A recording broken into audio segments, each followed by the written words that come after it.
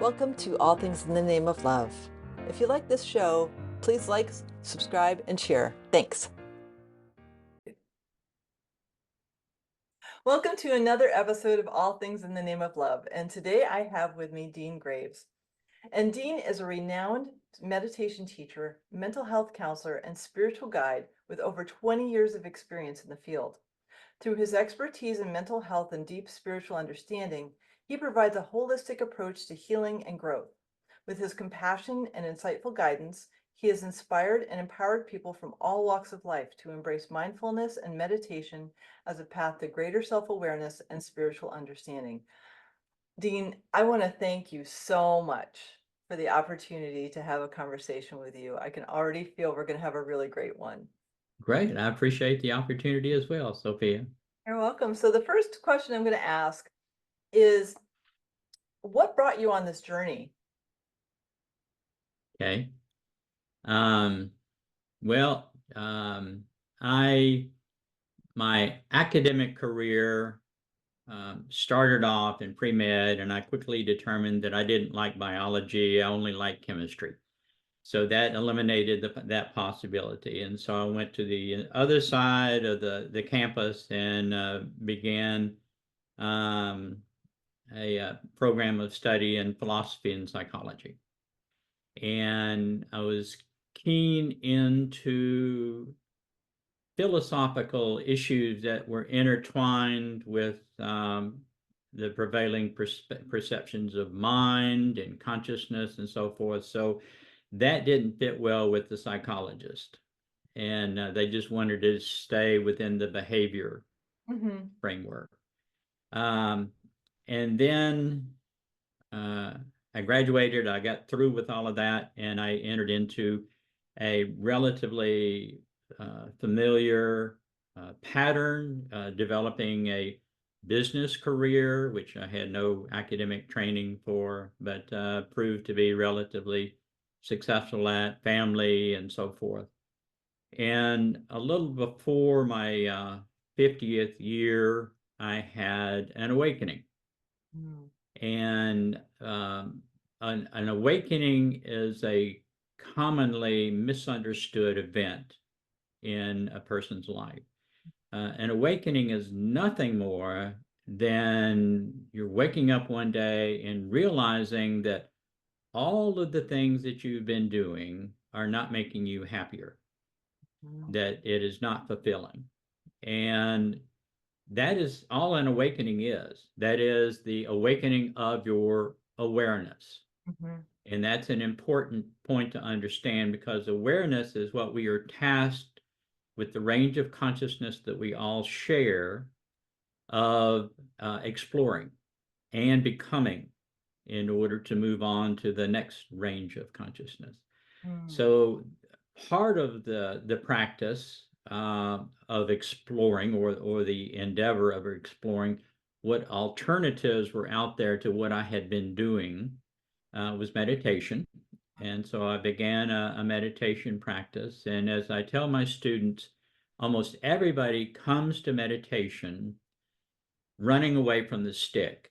In other words, what they've been doing hurts. They may not be aware that it hurts, but it hurts. And so we undergo the practice of meditation to get out from under the stick, until one day we get a bite of the apple. And you can substitute cherry cobbler or whatever it is that you prefer to the concept of an apple. But the point is that your motivation transforms from running away from the stick to having had that experience that feels so good that you want more of it. And so really from that point, and it was about probably a 2-year enterprise of meditating daily before I had that experience. But once you have that experience, then your whole motivation transforms. And so that not only accelerated, but greatly transformed my perceptions of self, everything. And so that in a nutshell is my journey, but my journey is not unique. most everyone that follows a spiritual path, they may begin or stay on that spiritual path in their relative youth, teenage 20s or whatever. But it's a process of trial and error. We learn by analogy. And so it's comparison and contrast of the different things that we meet. And I encounter a lot of people that deem themselves to be spiritual, but they're wrapped up in the accoutrements and the unfulfilling practices and things of that nature, and that they think that that's all that there is to it. But then I count all of that to fall into that category of you're still exploring and trying to figure out what it is that you're supposed to be doing. Mhm. I love that you differentiated that, because I've been feeling a lot lately, the difference, I don't want to say contrast, but the difference between knowledge and embodiment, and how knowledge, you can know a lot of things, but Mhm. until it's actually integrated into your beingness and it changes how you show up in the world, it's still just knowledge. Right. Yeah, it's just information. Mhm. Intelligence is a combination of awareness and information. Mhm. You can have awareness, but without information, it's not considered to be intelligence. You can have information without awareness, and you may know a lot of things, but you haven't, as you say, as you describe it, made it part of your being and put it into a usable format. Right. Right. And the thing that I love about consciousness is diving into the subconscious, um, and finding all of the ways that I took on beliefs and programs that don't serve me, and then the ability to find those things through my interactions in the day, through my awareness, to then be able to bring that subconscious piece into my awareness, and then be able to shift away from that into something that's more aligned with who I am. Well, we had mentioned before we started recording, relying upon intuition, and Mhm. the reliance on intuition requires a certain degree of intelligence, but what distinguishes intuition is how we feel about what we're experiencing. Mhm. And most people are very shy. They're very reluctant, even if they know how to allow themselves to have confidence in their capacity to assess what they're experiencing according to how it resonates and how it feels to them. Yeah. And that is the essence of spirituality. We distinguish truth according to how we are, and our truths will continually evolve as we continue that exploration. Mhm.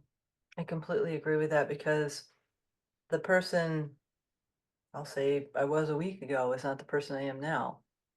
Yeah, or 5 minutes ago, you're not the Right. person because you've processed more thoughts since then. Right. Yeah. And that's the joy. That's the part of me, the innate curiosity, that got morphed into something really bad when I got my PhD. Back to the innocent curiosity, where I get to be in that state of curiosity and joy and exploration. And that's when I feel the most expansion in my heart, is when I'm in that playful state of openness. Yes, yes. And that is being in a condition of openness is a requirement. And being a mental health counselor, I work with a lot of men because I'm a man and there are not that many mental health counselors. And one of the greatest difficulties that men have, that women do to some point, to some degree, but not nearly as much as the males do, is getting to that point where they understand that they have to become vulnerable in order to heal. Yeah. And they don't understand what when you explain that to them, they think vulnerability. Well, I'm not going to be vulnerable to my environment and the people around me. And then there's additional education that I have to go with them. It has nothing to do with being vulnerable to your surroundings. It has to do with being vulnerable to yourself. Mhm. And as you learn to become to be vulnerable with yourself, then you find that willingness to surrender that hierophant, that false identity that you've created, and allow your authentic self to emerge. And that is the healing. That is healing of distortions of perception of self that cause us stress and suffering.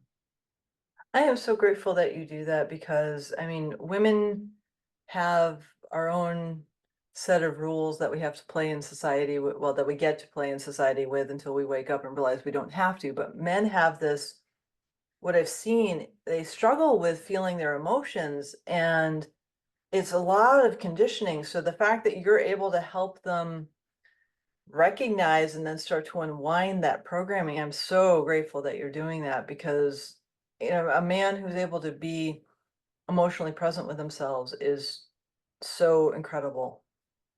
Well, the confidence that they are able to exude is comforting to everyone, and that's true, male or female. Yeah. What we perceive as um, an accomplished spiritual individual is no longer required to live behind that mask of that hierophant, and that's why they are um, so pleasing to be in their presence, because it's their authentic self that's shining through. Yeah. Are you noticing more willingness of men to start exploring that right now? I'm experiencing more chaos to the Okay. point that they've got to do something. In other words, they're, on a brink. And so consequently, I've got to do something. I can't continue living like this. And I still, I'm retired, but I still do some part-time work at a mental health hospital. And the degree of chaos that I'm seeing even in long-term patients is dramatically escalating. Mm. So, and there are reasons for that. I mean, we're all, as a world population, we're experiencing um, incentives in order to compel us to change, to make some decisions. Mhm, mhm. And so it's an intentional effort. In addition, what I feel is I follow the Schumann resonance, and I've been watching all the flares that are coming from the sun. Mhm. That's contributing to the chaos because I know some days I'll see, there's an X-class flare coming, and we had a whole bunch I guess it was about a month ago. I was useless because I felt so much light coming in, and and I'm not somebody who sleeps. I mean, I love sleep, but I don't need to take 3-hour naps. And I Right. couldn't get out of bed. It was just so heavy. And I mean, it's clearing out our systems, and it was just a lot of energy. And I happen to be ridiculously sensitive to energies.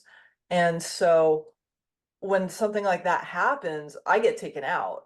And so I know if I'm getting taken out on some level, the mass consciousness is feeling it. And it's just contributing to the chaos that we're seeing in the world at this moment. Because there's a lot of chaos going on. And it's really interesting to see. I'm getting that we are a species that needs chaos to change. Well, we do, and we're changing, whether we want to or not. Yeah.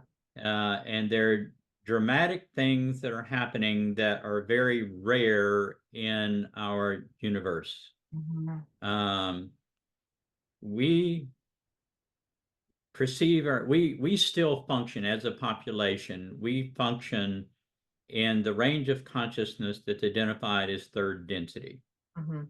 Third density is the lowest level of consciousness on an 8-layer scale that is able to assume responsibility for our evolution and our enlightenment path. So we're in elementary school. but we've been in an elementary school for a long time, Yes, we have. and we've not done well with our um, matriculation of third grade. We're still struggling to get Yeah. off of the first months of curriculum requirement.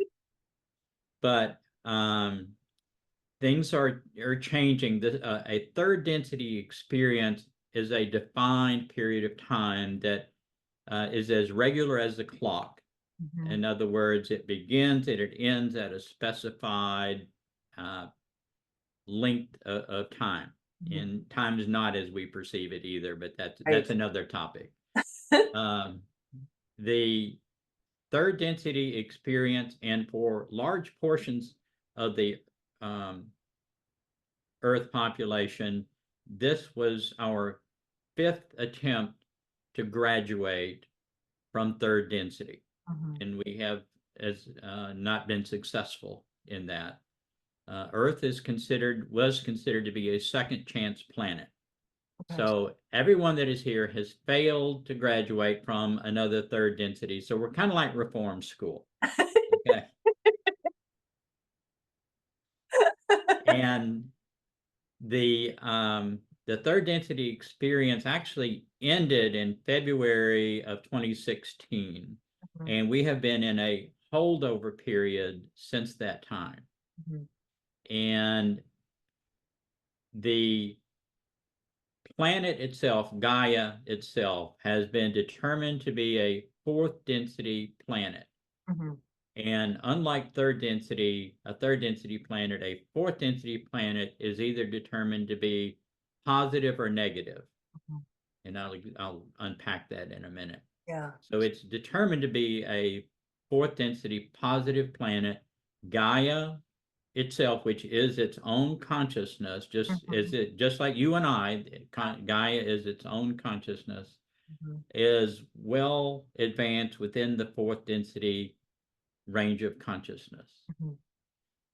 The children, almost all of the children, not all, but almost all, that has been born since 2005, roughly, has been is a fourth density graduate. They're beginning a fourth density experience. Mhm.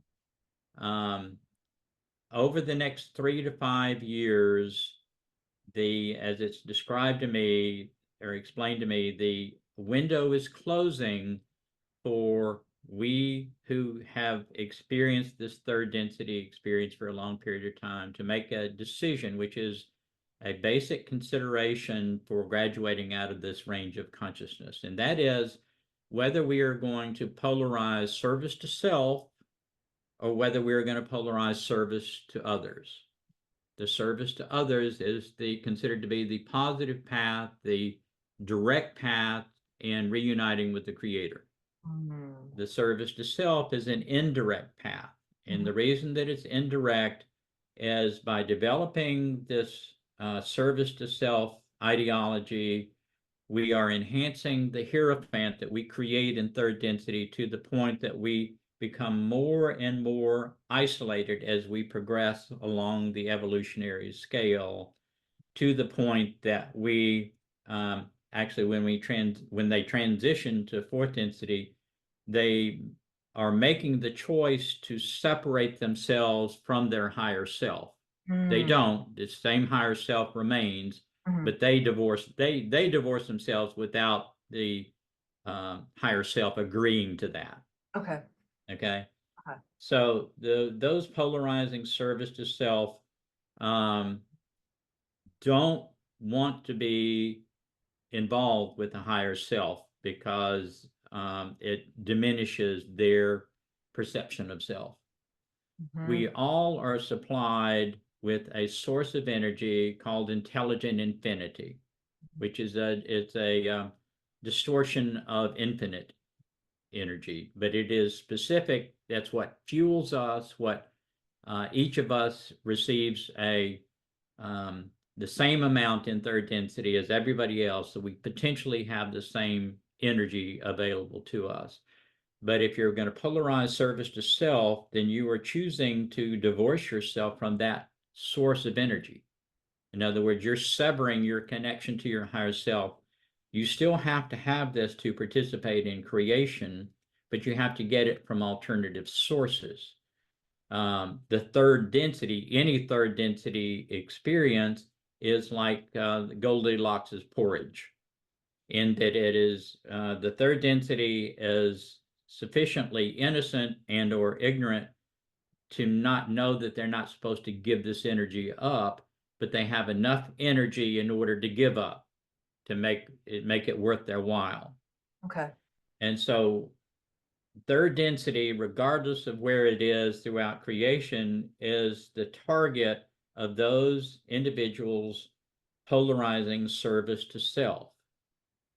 And they try to manipulate the third density population so that the third density will willingly give it up. They can't steal it. They can't, Right. stealth Right. in the middle of the night and Right. steal your energy, but we give it up. So every time that we have a war, every time that we have that we feel fear, we're giving that energy to service to self.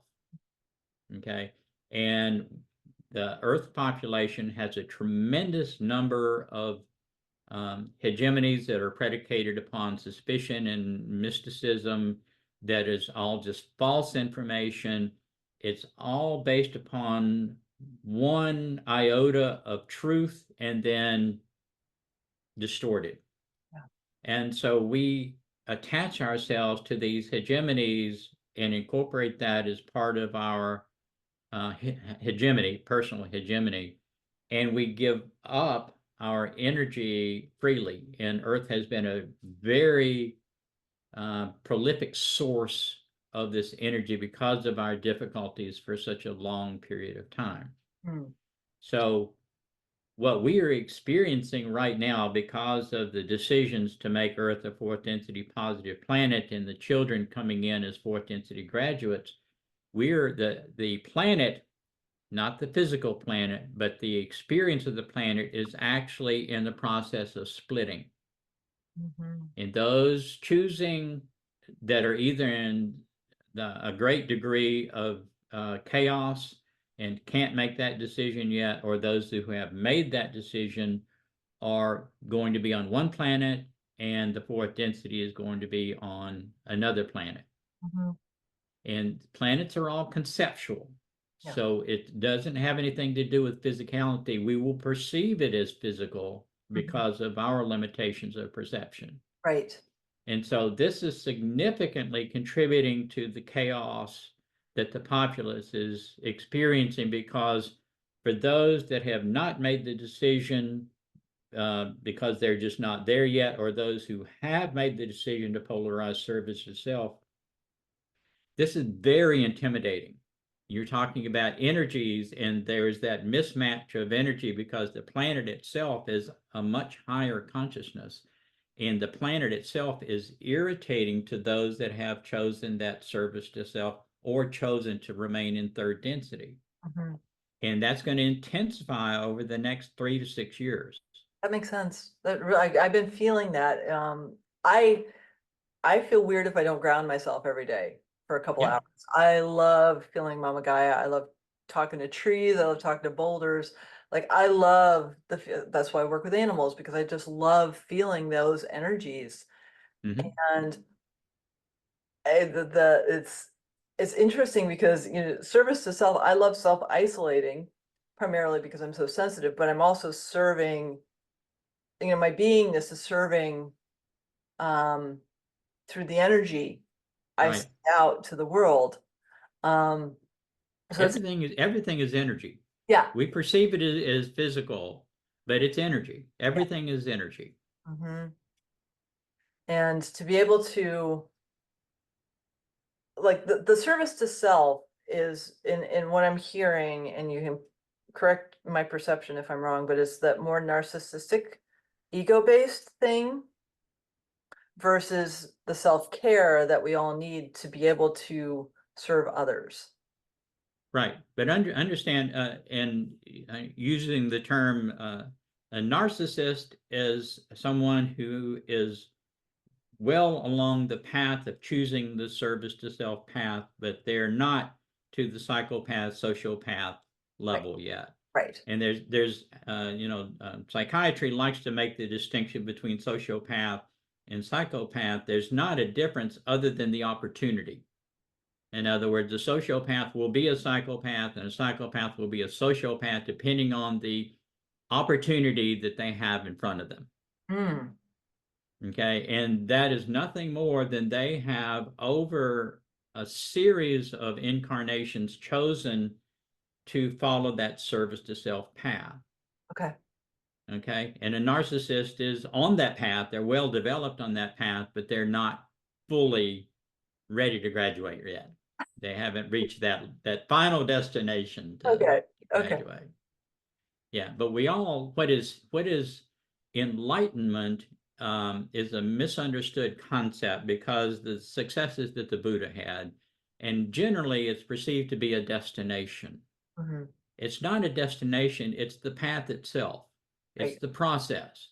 Yep. It is synonymous with the evolution of our consciousness. Mm-hmm.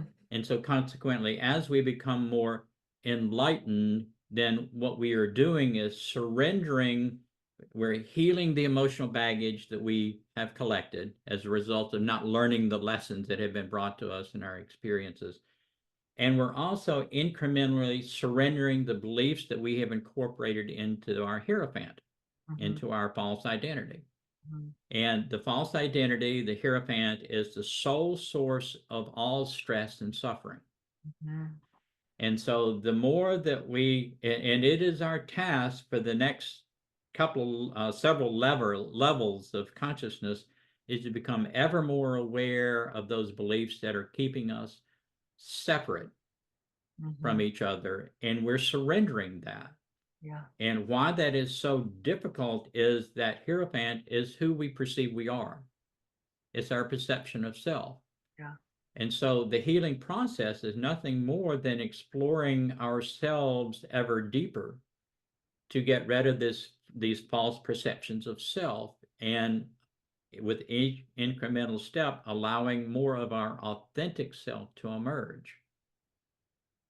That resonates so well with me. I remember when I graduated back in 2006, I spent 6 years gaining 100 pounds and like the whole thing of like, because it wasn't aligned for me. Like I did something that I thought I needed to do to like, I don't even know what the story was, but like I know it wasn't my alignment. And I graduate, I'm like, I am Dr. Reesberg. And it was like that kind of like, I earned this kind of energy. And after my dad died, like 3 years later, I was like, that really, that's not me. Cause I mean, I felt his, like, I walk into hospice and we'd seen him and we left and then he died when we left and we came back and I look at his body and he's like a wax figure Mm-hmm.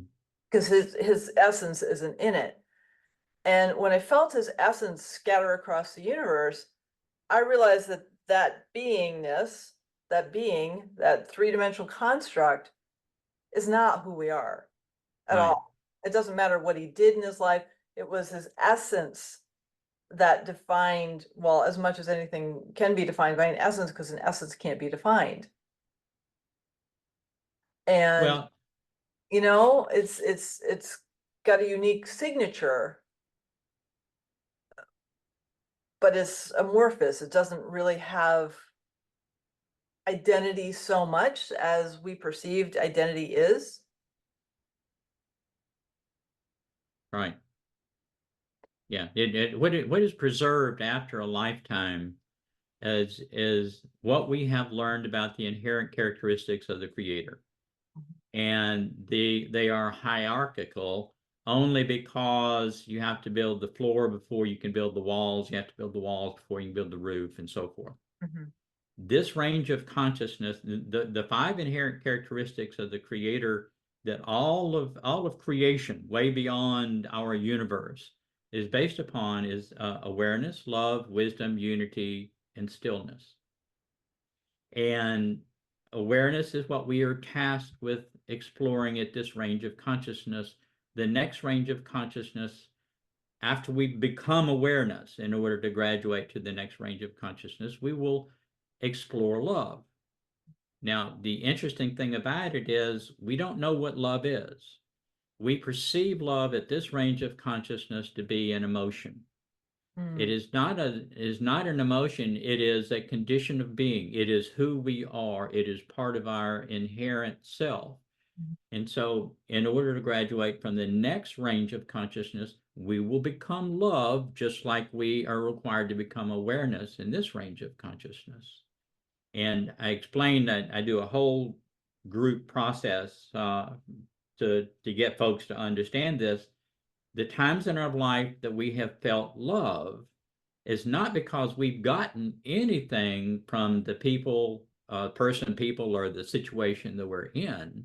It is because we felt comfortable enough with that person or with that situation to surrender our hierophant long enough that we felt who we already are. Mm. And so we got a chance to get a peek behind the curtain of what the next range of consciousness is going to be focused on. Mm. You know, And so we can't give love, we can't get love, we can get permission to be the love that we already are. you mentioned that, and I love that because as I was waking up this morning, I felt that love. Like there's nothing, I was past the dream state, I was in the beginning stages of waking up, and all I felt was love. Mm-hmm. And it just is so amazing that one of the programs that's pervasive in our culture is that we're not worthy of this, but we are this. And when we slow down enough to be able to feel it, it's like we don't, that relationship with ourselves and cultivating that love that is us so that we can share it through us. Mm-hmm. Um, it's so many words coming through, so just give me a second. It's transformational. It's so healing. It's really the biggest gift we can give to ourselves is to get to that level of awareness to be able to feel it. Mm-hmm. Yeah. And it's our destiny. And the feeling is immutable. Yeah. It's not unique. When we reach that level, then it will feel the same for everybody. Mhm. Your experiences are different, your hierophant is different, your false identity is different. But when you surrender that, the essence is exactly the same. And Mhm. that is the exploration of the law of one, which is the one truth of all creation. All is one. Yeah. Every other perception is a distortion of that law of one. And so that is the journey that we're on. We're at the elementary stages of that, but even at this elementary stage, following the path and doing the work is the most difficult thing that we will ever do, but it is the most rewarding thing. Yeah. Yeah. I'm very, very grateful that I've had a long, slow journey of awareness because my sense is it's yes, it was long and challenging at times, and it's a lot easier, I'll say, than having everything slam at once. And That's why we have time. yeah, Time is a construct that allows us to incrementally have these experiences so that we can digest it yeah. and incorporate it into part of our perception of self. Mhm. That is one of the primary purposes of time, because everything occurs simultaneously. Mhm. But we couldn't handle it at this Right, low range of right, consciousness if it all happened simultaneously, and we right. would not be able to accomplish our purpose. Oh yeah, I definitely, because I see aspects of myself like I'll give an example. I've been baking since I was 4. That's clearly another aspect of my soul that decided to come into this experience of me. Mm-hmm. The way I connect with the state of Oregon makes absolutely zero sense to this embodiment of me. Mm-hmm. But to another aspect of me, I'm a Native American living in Oregon. And this aspect feels that aspect and has an adoration on levels that I can't understand for this particular state. I don't know Mm-hmm. why. It makes no sense. Every place I go, I just fall in love with. And my third, my little brain can't understand that, but my Mm-hmm. soul completely understands it. And so I rely upon that knowingness of my soul rather than the smallness of my mind to just have the experiences through. Because when I get in here, it's not pretty. Well, when you learn to allow yourself to trust yourself and to follow that feeling, Yeah. then you not only do you get answers, but you get greater happiness Mm-hmm. because you're resisting that you had it had intended to do when you were here. Yeah. We exist simultaneously in both the metaphysical world and the physical world. And the you and I that are talking right now are an analog projection of our metaphysical self. Mm-hmm. And we call it a soul that our metaphysical self is a consciousness pattern. And that is what evolves through creation, not the physical self. We're just borrowing a body. Right. The average human has had over 3,000 lifetimes, and many have had over 8,000 lifetimes. I'm probably one of And them. yeah, well, I don't want to do it that many I times. don't want to do it, but I probably have. But we begin each lifetime according to the condition of our consciousness pattern. Mm-hmm. So it's a cumulative process. That I feel. I know. Like Yeah. I have the awareness to know. So when I was little, probably like 7 or 8, I heard that I wasn't going to have children. And it was because I didn't want to bring the ancestral patterns forward. I had no idea what that meant, Mm-hmm. but I knew that I was the one that was going to cut it off. Like I Mm-hmm. was the last one and no trauma was going in front of me. Like I was Mm-hmm. it. And and to have that awareness without really knowing what it was, um, and then subsequently finding out all of the ancestral trauma. All the things I signed up for before I came into this incarnation. Um, I'm grateful for how enthusiastic my soul was to do all of this work for the lineage, uh, Mm-hmm. all sides of the family, and really grateful that I've done so much work on myself because I feel like all the stuff that's left isn't nearly as challenging as all the stuff I have done. Yeah. Well, the healing process, healing from these distortions of perception, is kind of like pushing a car from dead stop. It's at a dead stop. It's tough to get it going because it has no momentum. Yeah. But once you develop some momentum, then it gets easier and easier. And Mm, the same is true with healing the perceptions of self. mm, Once you get that momentum going, then it accelerates. yeah. And it gets much easier because you're liberating the energy that you have available to you. So the awareness is fueled by this intelligent energy. Yeah. So It's you're liberating more of that energy to do more work.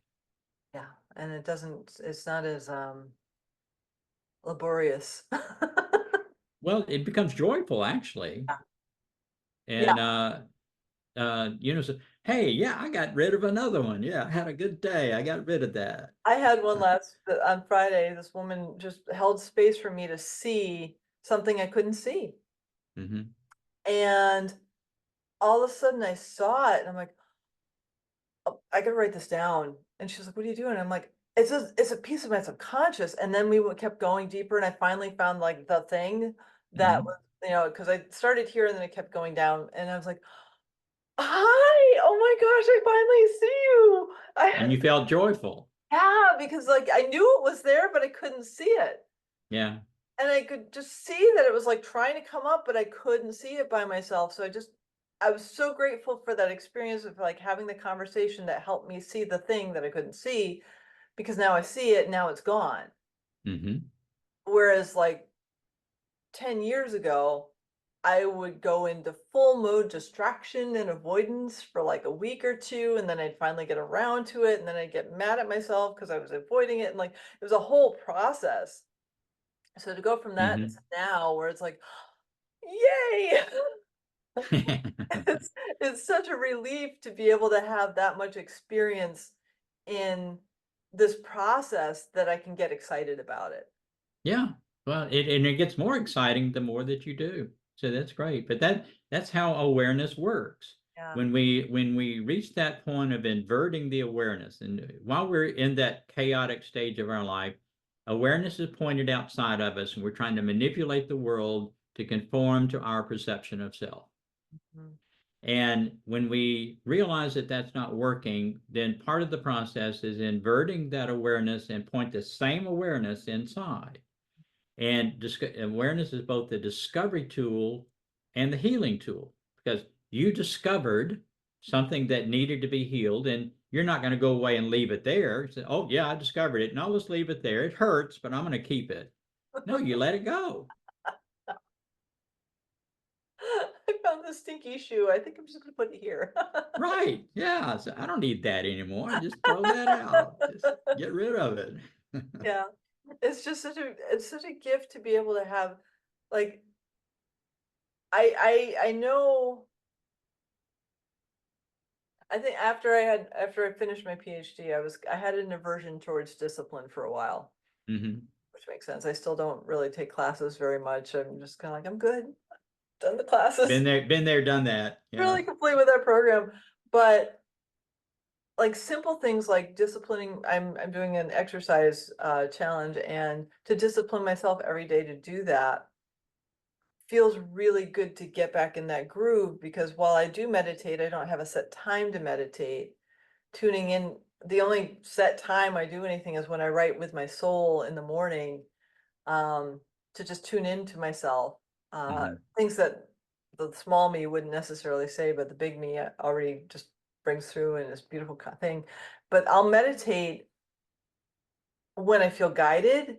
So it's not so Hmm. much a discipline as like the internal awareness, but having a little bit of discipline is making me want to, not so much discipline, but like have set times more frequently to bring in practices like I used to. I do, there's something called in Body Talk, it's called Body Talk Access. And what it is a whole system to bring your body into coherence. Hmm. It takes about a half hour. Yesterday I was guided to do it 3 times a day. That's an hour and a half of my time, right? Hmm. But I'm seeing how much my body likes it. Hmm. So it's becoming a discipline again. So I think as I tune more into what I need in a given moment, more practices come in to make sure I'm in alignment with that clear channel to my non-physical self. Hmm. Um, I, I have a set time. I try to set aside mornings for self-healing. Mhm, And, I meditate, I contemplate, exercise, and that just, I'm at that stage of life where I can regulate, my schedule accordingly. mhm. But throughout the course of the day, when I'm, doing, working with patients and stuff, I can't do that, and they're very chaotic. Mhm. And so oftentimes I get wrapped up in their energy, not intentionally, Yeah, as hard yeah. as I try. And a significant part of meditation that is not commonly taught in this country is to do a mantra. And you can do a mantra. You don't have to verbalize it. You Mm-hmm. can do it in your mind. Mm-hmm. And what it does is that, number one, it helps you take control of your thoughts so that you can control the thoughts that come in. Yeah. But number two, you're not praying, so it doesn't matter what the words are. What is to be gained out of a mantra is the tones that you create when you mentally or verbalize those tones. And I'm sure every living human, when they were a kid, would play with tones in their voice and feel the resonance in their throat or so forth. And that essentially is what you're doing. You're bringing your awareness inside and paying attention to the vibrations that those tones create, whether vocalized or just mentally, they create the same vibration, and feeling that vibration. And all it's doing is bringing your awareness back into the moment and inside of you. Mm. And that's you can do it while you're sitting in a meeting, you can do it sitting in a theater or wherever, and just do that quietly to yourself. And that brings you back into the moment. And I use that as a transition into my meditations in the morning as well. I don't do it through the whole meditation, but Right. um, and the Buddhists are great about that. And people think that the Buddhist monks that they show in movies and stuff, and they'll have 500 monks all chanting together. Right. Well, they do that because that's just the introduction to the meditation. Mm-hmm. That's not what they do for the whole meditation. But it's real boring just sitting watching 500 monks meditate for 3 hours, So you don't need a movie camera to do Right. that. You Right. can do that with a still photograph. So they always show the chanting monks Yeah. because there's some noise or activity or something with it. But learning to use that as a tool to bring that awareness back inside, I think for me it's dramatically effective, and for most of the people that I've. Oh, shoot. Ah, you froze for a sec. I think one of us froze there for Yeah, a it's moment. probably me. I'm in rural Oregon, so it's probably me. So, Okay. so you were saying one of the things you've seen with people um, who do the chant do the mantras, and then you cut out. I'm sorry, I didn't get any of that. Oh, interesting. You you were frozen. Am I still frozen? No, you're moving, but Okay. sporadically, and it's showing it's still recording, so we're Okay. good. So what I was saying is like we disconnected when you were saying about how you see how the mantras are helping your clients. Yes, yeah, and that's how it is universally a very simple tool that anybody can use in order to, but it's bringing that awareness back inside and bringing you back into the moment, Mm, getting you out of those aberrant thoughts that keep bombarding us throughout the day. I love that. I don't know why I'm being guided this, but I'm being shown to or told to share um way probably like 7 or 8 years ago. I was dog walking in Portland, Oregon, because I missed having dogs, and this was a way I could like interact with dogs. And I got this intuitive hit to say Om to Mhm. a black German Shepherd that I was walking. And I did it, and her eyes went, and then she jumped on me like, I can't believe you know the sound. She was so excited. She knew that sound. And it was like, Mhm. I could see the remembrance. Like, I've heard that. I haven't heard that. Oh my, like the last time I heard this, I wasn't even, I wasn't in a body, like that kind of level of excitement for it. And Mhm.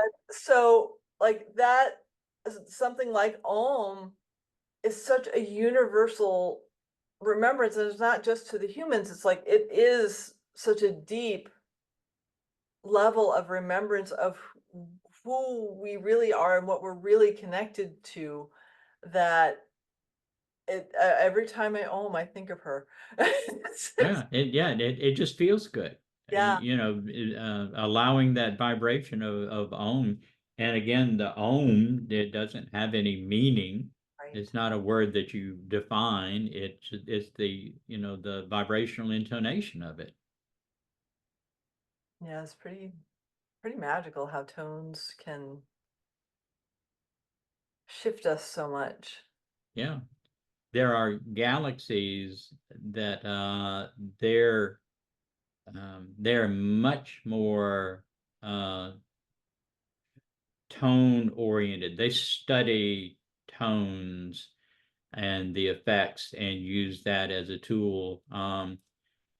Mozart was from another galaxy, that this galaxy that focuses on tones and sound and uses that as tools for their Mm, evolution. And so he obviously brought a lot of that with him when he incarnated into a human body. right. And that's why he was so prolific and so diverse in his musical talents, not because his father was such a great teacher, but because his soul, his consciousness pattern was oriented towards that, and that's just what he delighted in. Mm. Yeah, that is a big theme that came up for me earlier today is like, what brings me joy? Mm-hmm. And how do I live in that state of joy? Because that's my highest calling for this incarnation of me. And to see the level of delight I receive when I work with an animal tells me that that is my highest calling. And I got to share this. I worked on a sheep in England yesterday, and when I finished, the love I got, the reflection that she sent me as a thank you, I have never experienced that much gentleness in my heart before. Cool. And I'm like, this is how we're all connected. Yeah. Like when we energetically tune in and allow ourselves to feel whatever it is that brings us that joy, but when we feel that joy, that's what expands us the most. Mm-hmm. The universes are separated, um, and light does not transition from one to another. Light is information. Mhm, Light tells energy how to be. And so each universe is designed uniquely in order to diversify the nature of our exploration of creation. mhm, But sound does transfer. Sound transitions from galaxy, but universe to universe. And mhm, so it is that intonations and the sounds that go way beyond our capacity to perceive, mhm, is a resonance that is shared by all of creation. mhm. And there are multiple creations, not just universes, but multiple creations. We don't have the capacity yet to understand that. Well, it's mind-boggling when you try to think of it. Yeah. Yeah. Well, Dean, I am so grateful for this amazing conversation, and I'm going to ask one final question for today Okay. because I know we could talk for hours, and I have another podcast. So, I understand. I understand. how can people find you? Well, I have a website, the initial D, deangraves.org, and it has my contact information, and it also has, I've written several books, and I have two podcasts that I produce. Simple Enlightenment is one podcast, and Chatting with the Arcturians is another podcast that I do. The Arcturians are a sister um, civilization Mhm, that has long been involved with the Earth experience, mhm. and they're participating in this transition, aiding this transition that we were talking about. What about I have. I'm distance? sorry. I have a new book that is coming out. It'll be on the bookshelves August 30th. It's called The Enigma of Consciousness, a spiritual exploration of humanity's relationship to creation. And it talks about all of what we talked about and much, much more in significant depth. Hmm. So it is it'll be quite involved for someone not intimately familiar with all of the stuff that we've talked about. Thank you so much for your time, your beingness, and your work in the world. And it's been such an honor and a pleasure to have this conversation with you, Dean. You're very kind. It's been delightful for me as well. Thank you.